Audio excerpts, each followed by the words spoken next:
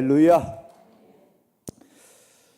우리가 읽은 이 본문 말씀은 배경이 이렇습니다. 엘리메이라고 하는 곳에서 이스라엘 백성들이 출발해서 시내산으로 가는 과정에서 이스라엘 백성들이 먹을 것이 없으니까 하나님을 원망하는 그런 모습이 나와 있습니다.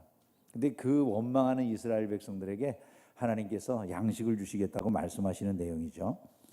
이스라엘 백성들을 보면 하나님의 풍성한 은혜를 많이 누려도 이 원망하는 습관이 사라지질 않아요.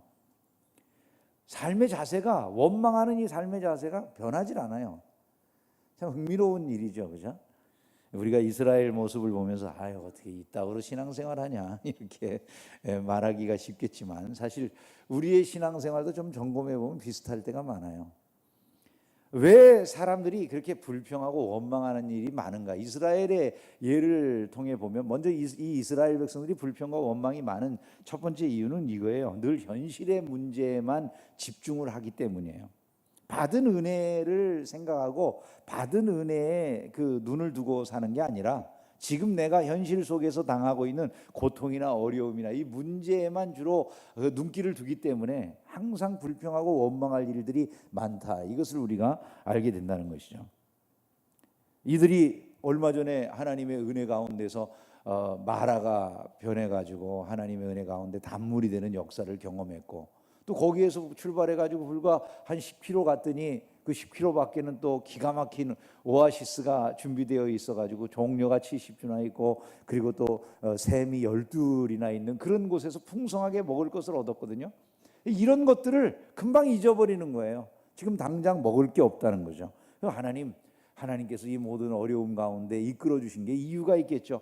저희들을 하나님께서 이끌고 계심을 믿습니다. 좀 이러면 좋겠는데 이게 안 되는 거예요. 현실 당장 눈앞에 지금 놓여 있는 이 배고픈 현실만 눈에 들어온다는 거죠. 하나님의 능력이나 그 인도하심이 안 보이는 거예요. 뿐만 아니라 이들이 그렇게 불평하고 원망하는 이유는 애굽에서의 노예의 삶을 살던 그 시절에 뭔가 소망이 있었던 것처럼 생각하는 마음이 사라지질 않는 거예요. 우리가 애굽에 살던 그 시절에 뭔가 소망이 있었다. 애굽 땅에서 가마 곁에 앉아 있었던 때 떡을 배불리 먹던 그때를 내가 그리워한다는 거죠. 근데 왜 이 광야로 우리를 인도해내서 우리를 죽게 하느냐고 이렇게 원망하는 거예요. 여러분, 노예 의식이 지난주에도 말씀을 드렸지만 원망하는 그 마음의 근간에는 사실 이 노예의식이라고 하는 게 자리하고 있다, 그런 말씀을 드렸는데 그 노예의식이 계속 이들 가운데 들어있는 거예요. 아니, 노예 시절에 무슨 향수라도 있습니까? 사실은 아무것도 없잖아요. 마치 이런 거와 같은 거죠. 우리나라가 일제하에서 해방된 조국을 맞았는데 해방된 조국이 어려워요. 어려우니까 어떻게 생각하냐면 차라리 일본 사람들 밑에서 살던 시절이 나았네. 이따구로 말하는 사람이 제정신입니까? 미친 사람입니까?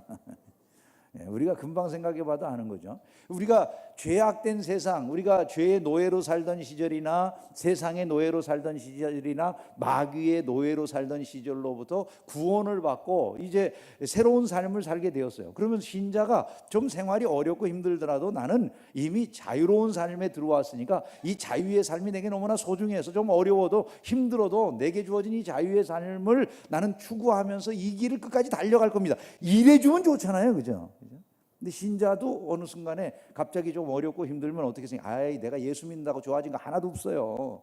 믿어야 소용 하나도 없더라. 이런 식으로 말하는 신앙의 태도가 우리 가운데 조금이라도 남아있다면 우리도 역시 똑같은 거예요. 마치 일제하를 그리워하던 거하고 뭐가 다르겠어요? 그래서 우리가 예수를 제대로 믿으려면 세상에 대해서 철저하게 실망해야 돼요, 사실.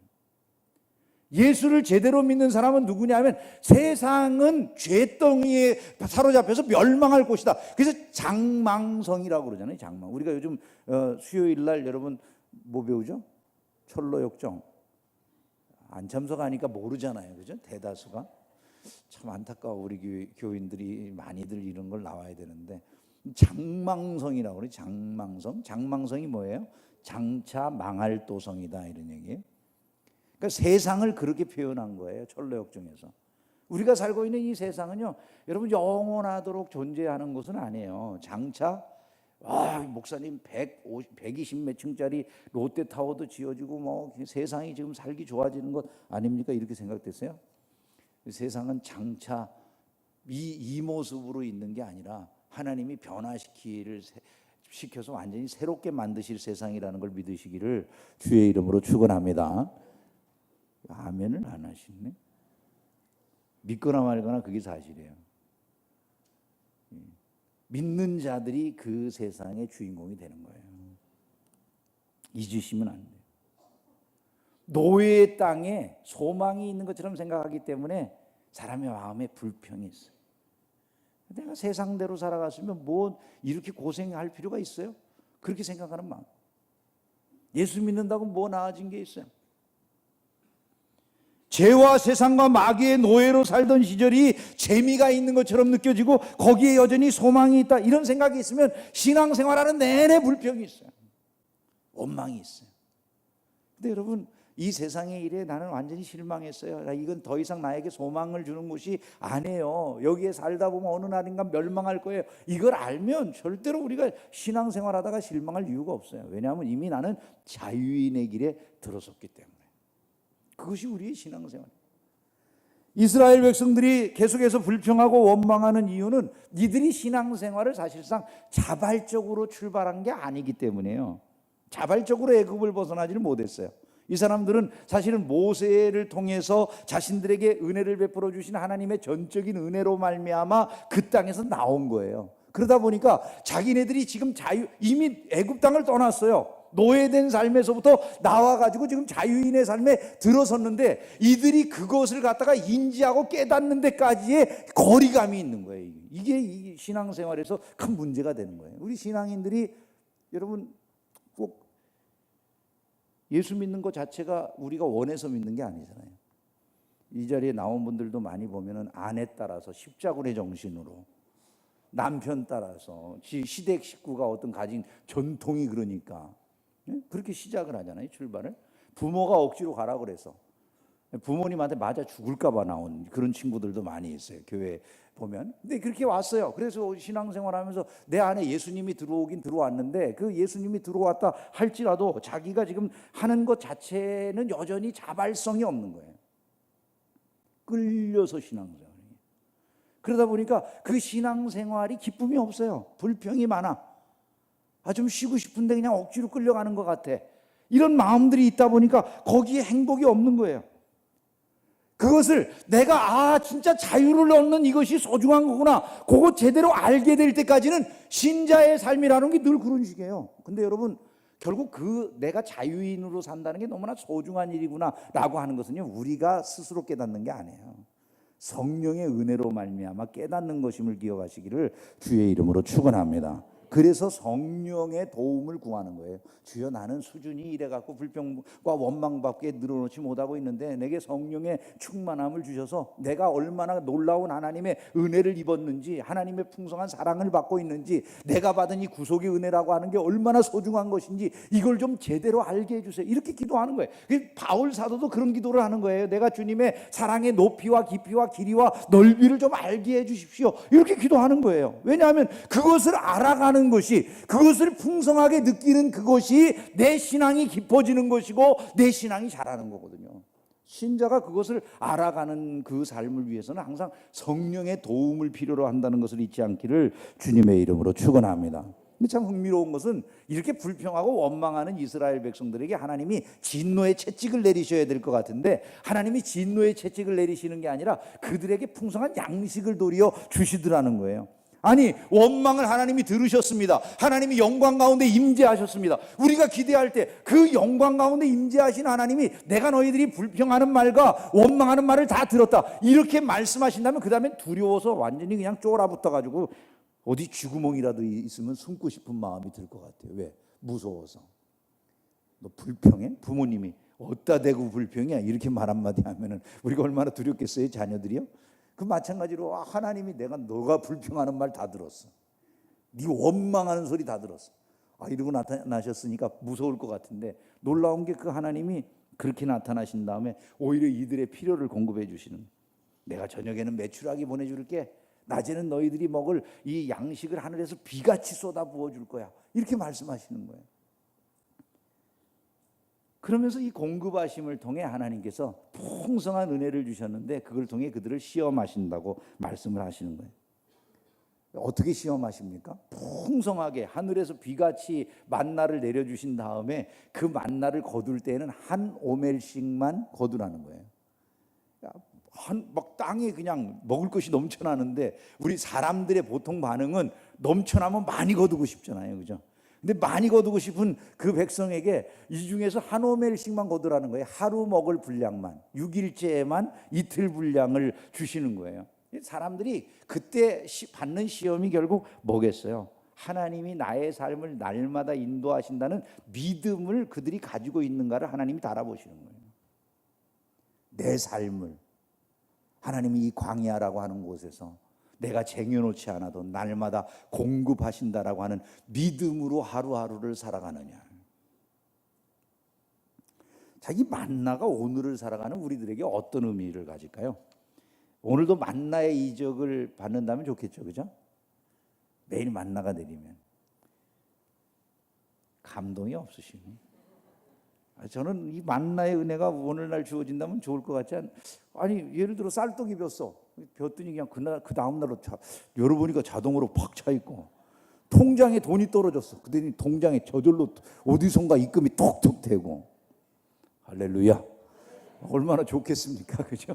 아니 그게 만나의 은혜라는 게 결국 뭐 그런 거 아니겠어요? 그렇게 생각해보면 너무 좋을 것 같은데 우리가 이 시대를 살아가면서 그런 만나가 없으니까 이 만나, 구약의 만나를 우리가 왜 생각해야 되나 이런 생각을 할 수도 있어요. 근데 여러분, 오늘날도 신약 시대를 살고 있는 우리들에게 이 만나가 아무런 의미가 없다면 우리가 이걸 생각할 필요가 없죠. 분명한 것은 이 만나가 오늘날에도 우리 가운데 내리고 있다는 거예요.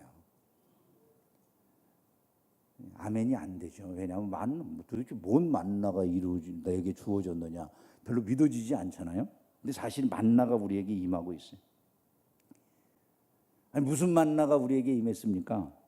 성경 요한복음 6장에 보면 그 만나를 우리에게 가르쳐 주는데 그 만나가 결국 무엇입니까? 만나는 바로 예수님이세요, 사실. 썩을 양식을 위해서 일하지 말고 영생하도록 있는 양식을 위해서 일을 해야 된다. 예수님 그렇게 말씀하셔요. 그러면서 그 양식이 뭐라고 교훈하셨냐면 그 양식은 인자가 너희에게 주리니 인자는 아버지 하나님께서로부터 인치심을 받은 자라고 말씀을 하셨어요. 사람들이 예수님께 물었어요. 우리 조상들은 광야에서 만나를 먹었는데요. 그렇게 물어봤어요. 그랬더니 예수님께서 이렇게 말씀하시죠. 모세가 너희에게 하늘로부터 떡을 준 것이 아니야. 내 아버지께서 하늘로부터 떡을 내려주신 거야. 그렇게 말씀하셔요. 그러면서 하나님의 떡이라고 하는 것이 갖는 의미, 즉 만나가 갖는 의미를 예수님이 이렇게 설명을 해주셔요. 그 만나는 하늘에서 내려 세상에 생명을 준 거야. 하나님이 만나를 통해서 세상에 많은 사람들 죽어가던 이스라엘 사람들에게 생명을 공급해 주신 거라고 그렇게 말씀하셔요. 그러면서 예수님이 아니 이 떡을 우리에게도 그러면 주세요. 그렇게 하나님이 주셨던 그 만나와 같은 그 떡, 생명을 주는 그 떡을 우리에게 주세요. 사람들이 말을 했더니 예수님이 하신 말이에요. 나는 생명의 떡이니 내게 오는 자는 결코 줄이지 아니할 터이요 나를 믿는 자는 영원히 목마르지 아니하리라. 이렇게 말씀해 주셨어요. 그 요한복음 6장을 통해서 우리가 알게 되는 게 결국 신약 시대를 살고 있는 우리에게 만나는 뭐라는 겁니까? 예수님이시라는 거예요. 그래서 우리가 이 시대에 먹어야 될 건 다른 게 아니에요. 예수님을 먹어야 되는 거예요, 우리는요.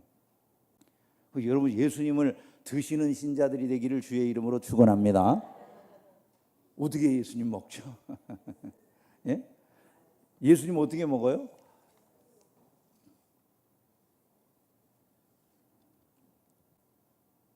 뜯어 먹어요? 성찬을 먹으면 예수님 먹어요? 사실은 그런 얘기는 안 해요. 여러분 이게 성경 말씀을 우리가 잘 이해를 하는 것이 단어를 좀 조심스럽게 봐야 돼요. 잘 이해를 못하기 때문에 성경이 하나도 귀에 안 들어오고 항상 이게 귓전에서 노는 거죠, 그죠? 근데 먹는다라고 하는 말을 지금 금방 우리가 말씀을 통해서 알았어요. 그 말씀이 뭐였어요? 예수님께서 뭐라고 말씀하셔요? 나를 믿는 자는 영원히 목마르지 아니하리라. 이 먹는다는 것을 다른 말로 표현하면 뭐가 되죠? 믿는다는 것이 되는 거예요. 왜냐하면 영접하는 자 곧 그 이름을 믿는 자들에게는 하나님의 자녀가 되는 권세를 주신다. 그러니까 예수님을 영접해야 된다라고 말하잖아요. 그 영접한다는 말은 그 이름을 믿는다는 말이 되는 거예요. 영접한다는 건 속에 받아들이는 거잖아요. 먹는 것이 속에 받아들이는 거예요, 음식을. 그러니까 떡을 내가 먹음으로 내 속에 받아들이는 것처럼 예수님은 내 마음에 믿음으로 영접해 드릴 때 내 속에 들어오셔서 나를 형성하는 거예요. 자, 떡을 먹으면 떡이 내 몸을 형성하잖아요. 그죠? 떡이 내 몸을 형성해. 우리가 지금 손톱이 나고 머리털이 나면은 머리털을 먹고 손톱을 먹어가지고 손톱이 되고 머리털이 됐어요? 아니죠, 그죠? 지금 그냥 밥을 먹었잖아요. 밥을 오전에 뭐 드셨어요? 갈비탕 드시고 나오셨어요? 뭐 가볍게 먹었겠지, 샌드위치나 뭐 이런 걸로. 그러니까 뭔가 이렇게 먹었어요. 그러면 그게 나는 샌드위치를 먹었는데 그게 내 손톱이 되고 발톱이 되고 머리카락이 되고 이렇게 되는 거예요. 피부를 형성하고. 그건 마찬가지예요. 예수 그리스도께서 우리 안에 들어오시게 되면, 내가 예수님을 진짜로 믿으면 그분이 나의 삶을 형성한다는 거예요. 내 인격을 형성하고 내 모습을 형성해내는 그런 능력이 된다는 거예요. 그것이 바로 예수님을 우리가 양식으로 먹는 것이다, 이런 말씀을 하고 있다는 거예요. 영혼의 변화는 바로 그것을 인해서 일어나는 거고, 우리가 영혼의 양식을 예수님으로 말미암아 그렇게 취하게 되는 거예요. 그렇게 생명을 얻는 거다, 이렇게 말씀하고 있는 거예요. 하나님께서는 오늘날 예수 그리스도를 통해서 우리의 삶의 모든 풍성한 은혜를 공급하고 계세요. 만나란 말이에요. 예수님이 우리의 만나가 되셔서 하나님의 모든 축복은 예수님을 통해서 오늘 우리에게 내려오는 거예요.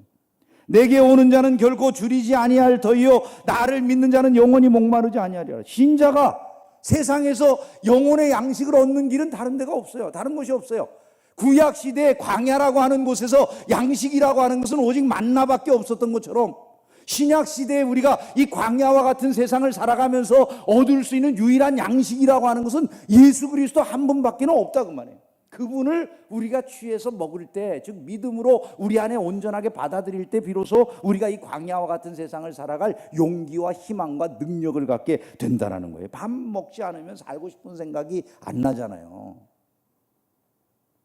이해가 되세요, 여러분? 밥을 안 먹으면 살 맛이 안 나잖아요.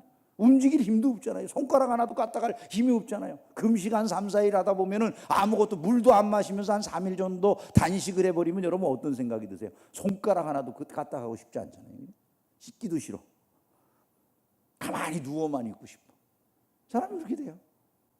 예수 그리스도를 우리가 힘입지 않으면, 매일의 삶 속에서 예수를 힘입지 않으면 살아갈 수가 없는 자들이라는 거예요. 여러분, 우리가 날마다 하나님 앞에 기도하면서 살잖아요.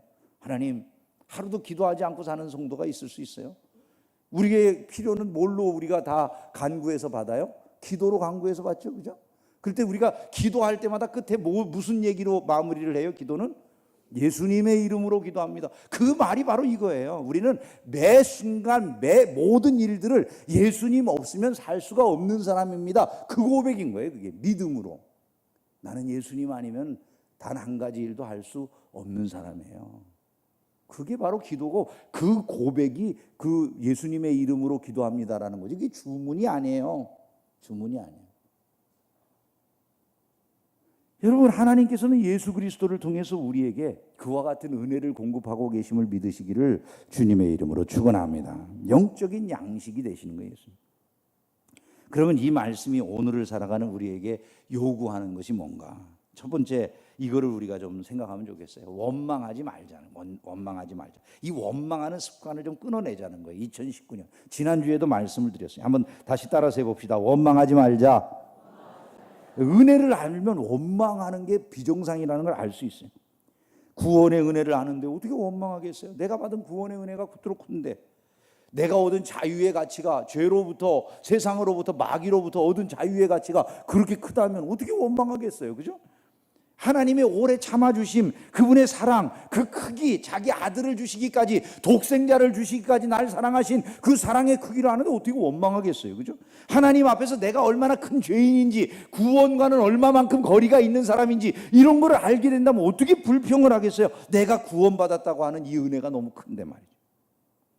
불평과 원망이라고 하는 것은 우리 자신들이 얼마나 큰 복을 누리고 있는가를 근본적으로 잘 모른다라고 하는 표현과 같아요. 그래서 신앙의 수준을 보려면 그 신자가 얼마나 감사하고 사는가 이걸 보면 아는 거예요.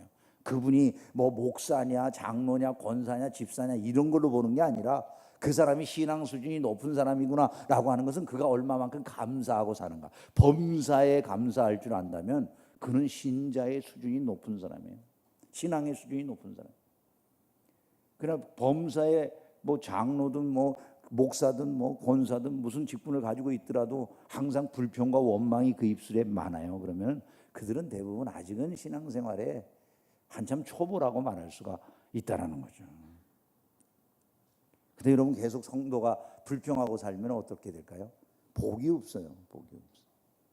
성경이 뭐라고 말씀하죠? 그들 가운데 어떤 사람들이 원망하다가 멸망시키는 자에게 멸망하였나니 너희는 그들과 같이 원망하지 말라 이러잖아요. 그 신앙이 성숙해 간다면 원망하는 신앙생활이 없어져야 된다는 거예요. 근데 너무나 안타까운 것은 원망하면서 신앙생활하는 사람이 많을까요? 감사하면서 신앙생활하는 사람이 많을까요? 이스라엘을 보면 아는 거죠. 그게 우리 수준이 될 때가 많다 이 말이에요. 우리 수준이. 뭐 다른 사람을 이야기하기 전에 우리 자신들을 보면 우리는 광야에 많은 이스라엘처럼 신앙생활을 하게 되는 경우들이 훨씬 많은 거예요. 불평과 원망은 자동이에요, 자동.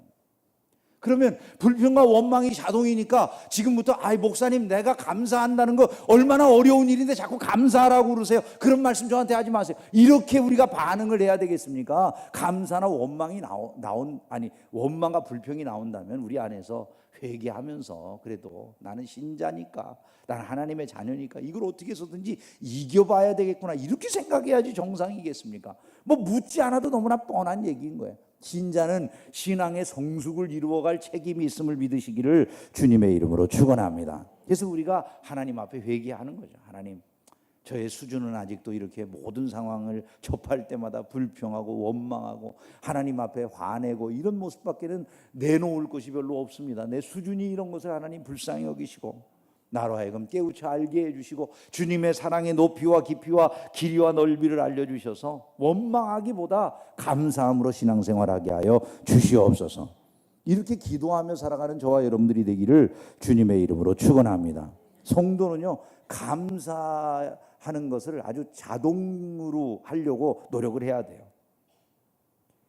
술꾼이 잠이 깨는 순간은 목이 타서 물을 찾는 것처럼 담배에 중독된 사람이 그냥 눈 뜨는 순간부터 담배 한 가지 찾는 그런 모습처럼 세상 일에 항상 관심 많은 사람이 아침에 눈 뜨자마자 조간신문부터 찾는 것처럼 신자는 눈 뜨자마자 하나님 감사합니다. 이 하루도 감사함으로 시작하게 해주세요. 이렇게 기도할 줄 알아야 돼요.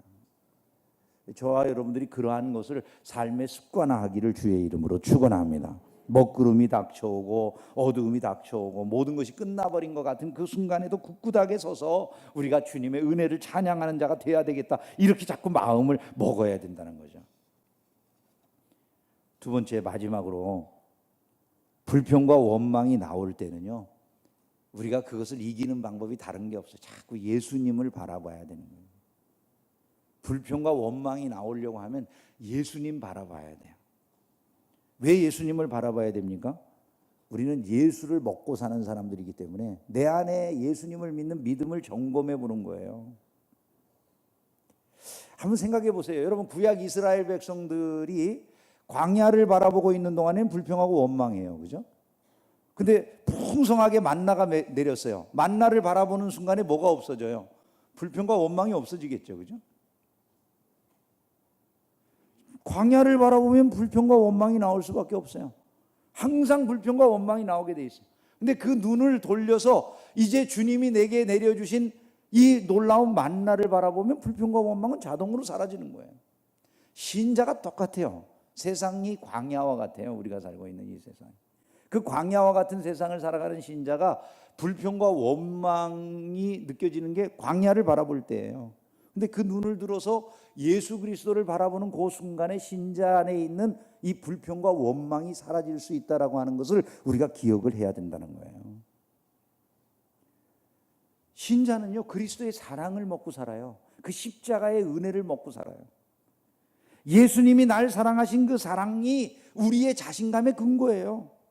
예수님의 사랑이 내가 이 세상에 나아가서도 두려워하지 않는 담대함의 이유예요. 예수님의 사랑이 나를 더 나은 사람이 되도록, 내가 좀 더 나은 사람이 되고 싶다는 마음을 자극하는 그런 자극제예요. 예수님의 사랑이 내가 고통스러운데도 기뻐하고자 하는 마음을 갖게 해주는 힘이 되는 거예요. 예수님의 사랑이 나를 절대 희망의 사람이 되게 하고 내 안에 절망을 물리쳐주고, 예수님의 그 사랑이 마음의 평화를 가져다주고, 예수님의 사랑이 용서할 수 있게 하고, 예수님의 그 사랑이 우리를 서로 사랑하는 공동체가 되게 하고, 예수님의 그 사랑이 죽음의 공포를 이기게 하고, 예수님의 사랑이 내일이 있게 하고, 예수님의 그 사랑이 우리를 서로 이해하게 하고, 예수님의 그 사랑이 우리를 천국을 확신하게 만들고, 예수님의 그 사랑이 오늘의 삶의 갈급함을 면하게 하는 능력이 되는 거예요. 우리가 찬양할 때 그러잖아요. 주 사랑이 나를 숨쉬게 해, 세상 그 어떤 어려움 속에도 주의 사랑 나를 붙드시며 세상 끝날까지 지켜주시네. 할렐루야. 여러분, 우리가 주님의 사랑을 힘입어서 산다, 이것을 잊으면 안 되는 거예요. 삶의 불평과 원망이 터져 나올 때 우리가 해야 될 일이 무엇입니까? 예수님 바라보는 거예요. 예수님 바라보는 거예요. 왜 만왕의 왕이 저 십자가에 달리셨는가를 생각하는 거예요. 왜 만왕의 왕께서 저 무서운 형벌을 당하고 계시는가, 그걸 생각하는 거예요. 왜 의로우신 주님이 저 거친 십자가를 지셔야 된다, 그거를 신자가 묵상하는 거예요. 그게 내 안에 진짜로 믿어져서 그것이 보아임을 깨달으면, 그것이 영생의 나라에 대한 확신을 내 안에 주기 시작하면 어떤 것도 우리를 흔들 수 있는 것이 없게 되는 거예요. 여러분, 예수 믿고 살아가는 사람들이 그거 없이 무슨 재미가 있습니까? 사실 실제로 세상 살맛 없을 때 예수님의 그 은혜가, 그 사랑이 우리를 건져내는 거예요. 살 수 있게 해주는 거예요. 가수 인순이라고 하는 분 아시잖아요, 그죠? 그분이 인생의 절정의 때가 언제냐는 질문을 받았어요.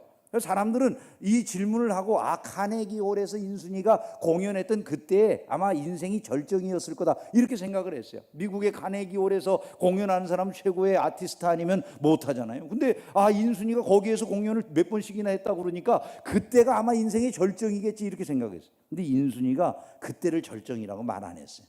미 국방성의 요청을 받아가지고 국방성에서 한번 공연을 한 적이 있었대요. 그때 인순이가 국방성의 요청을 받았을 때 이런 부탁을 했답니다. 내가 공연하러 갈 때 6.25 사변에 참전했던 용사들이 계시면 그분들 같이 좀 공연에 참여하도록 해주세요. 인순이의 공연에 6.25 참전 용사들이 같이 왔어요. 거기에서 노래를 부르고 이제 박수를 받고 그러는 중에 인순이라고 하는 이 가수가 이런 말을 했습니다. 여러분들은 모두 내 아버지들입니다. 나는 여러분들의 딸입니다. 나와 같은 딸을 둔 것 때문에 너무 가슴 아파하지 마십시오. 나는 당신들의 사랑 때문이 아니라 하나님의 사랑 때문에 태어난 것입니다. 지금 나는 불행하지 않습니다. 이렇게 말을 했어요. 여러분, 인순이라고 하는 그 가수가 어떻게 생긴지 아시잖아요, 그죠? 그 피부색 때문에 검둥이, 혼혈아, 어린 시절에 맨날 여러분들이 미군들이 많이 가던 그런 지역에서 그 아이들을 낳고 기르던 분들이 당하던 많은 어려움들을 아시지 않아요? 그렇게 조롱당하고 손가락질 당하고 살맛이 없는 인생을 살다가, 여러분, 그가 어떻게 그 인생을 결국 이겨나갑니까? 하나님의 사랑을 그가 깨달은 거죠. 내가 이 땅에 태어난 것은 부모들의 그런 욕정 때문에 태어난 사람이 아니야. 나는 사람들 사이에 어떤 욕정으로 태어난 게 아니야. 하나님의 사랑이 나를 이 땅에 태어나게 한 거야. 마음속에 그 사랑이 들어오니까 이 험난한 세상을 살 수 있게 되는 거예요. 만약에 그것이 없다면 무엇으로 이 세상을 살아갑니까? 먹을 것이 그 마음에 평안을 주고 살 수 있게 힘을 줍니까? 아닙니다. 세상의 아이들이 부요해도 그 마음속에 이 놀라운 그리스도의 사랑이나 이런 게 들어오지 않으면요, 부요로움으로 채워지지 않는 부분들이 있는 거예요. 불평과 원망이 나올 때 우리가 해야 될 일은 그러므로 주님을 바라보는 거예요. 그분을 향해 눈을 드는 거예요. 거기에 살 길이 있어요. 거기에 위로의 문이 있어요. 그리고 거기에 축복의 대로가 있는 것입니다. 말씀을 맺습니다. 우리 사회를 보면 불평과 원망이 가득히 차 있는 것 같아요. 숨쉬는 모든 공간들이 다 불평과 원망으로 차 있다 해도 과언이 아닌 것 같아요. 우리가 진실로 예수 그리스도를 만나면 그분의 은혜를 받은 자들임을 알게 되면 내가 자유인이 되었고 하나님의 자녀가 되었고 영생의 나라를 소유한 하나님의 신실한 백성이 되었다라고 하는 걸 진실로 믿으면 이 세상은 장망성에 불과하다는 사실을 진실로 내가 깨달았다고 한다면 그 다음은 예수께서 우리에게 주시는 그 은혜보다 소중한 것은 어떤 것도 존재하지 않는 거예요. 구원의 은혜에 초점을 맞추고 우리를 위해서 행하신 그분의 은혜를 바라보면서 나아갈 때 거기에 놀라운 역사가 있는 거예요. 마음에 항상 내가 은혜 안에서만 살아가야 된다는 이런 의식을 가지고 살아가야 돼요. 자기 비하나 경멸은 저절로 사라지게 될 줄로 믿습니다. 삶의 불평과 원망이 떠나가는 것이죠. 주님은 우리를 놀라운 은혜의 세계에 불러주셨어요. 풍성한 은혜, 결코 작은 은혜가 아니에요. 이 세상 모든 것을 이기게 할 만한 풍성한 은혜를 우리에게 허락해 주신 거죠. 2019년 안에 그 은혜를 누리며 살아가는 복된 신자들이 다 되기를 주의 이름으로 축원합니다. 기도하겠습니다.